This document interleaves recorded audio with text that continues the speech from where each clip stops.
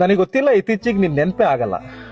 ನೀನ್ ಬೇರೆಯವ್ರ ಜೊತೆ ಇರೋದನ್ನ ನೋಡಿದ್ರು ಹುರ್ಕೊಳ್ಳೋದಾಗ್ಲಿ ಅಥವಾ ಹೊಟ್ಟೆ ಕಿಚ್ಚನೋದು ಕೂಡ ಬರ್ತಾ ಇಲ್ಲ. ತುಂಬಾ ಬೇಜಾರಾದಾಗ ಫೀಲಿಂಗ್ ಸಾಂಗ್ಸ್ ಗಳನ್ನ ಕೇಳಿದ್ರು ಸಹ ನೀನು ನನ್ ಕಣ್ಮುಂದೆ ಬರ್ತಾ ಇಲ್ಲ.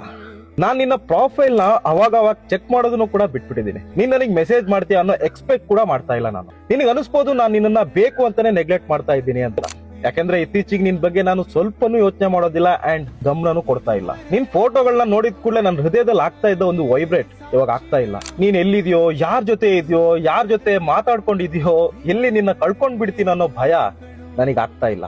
ನೀನ್ ಎಲ್ಲೋ ದೂರದಲ್ಲಿ ನಿಂತಿದ್ರು ನಿನ್ ಹತ್ರ ಬಂದು ಮಾತಾಡ್ಬೇಕು ಅನ್ನೋ ಮನ್ಸು ಕೂಡ ನನಗೆ ಆಗ್ತಾ ಇಲ್ಲ.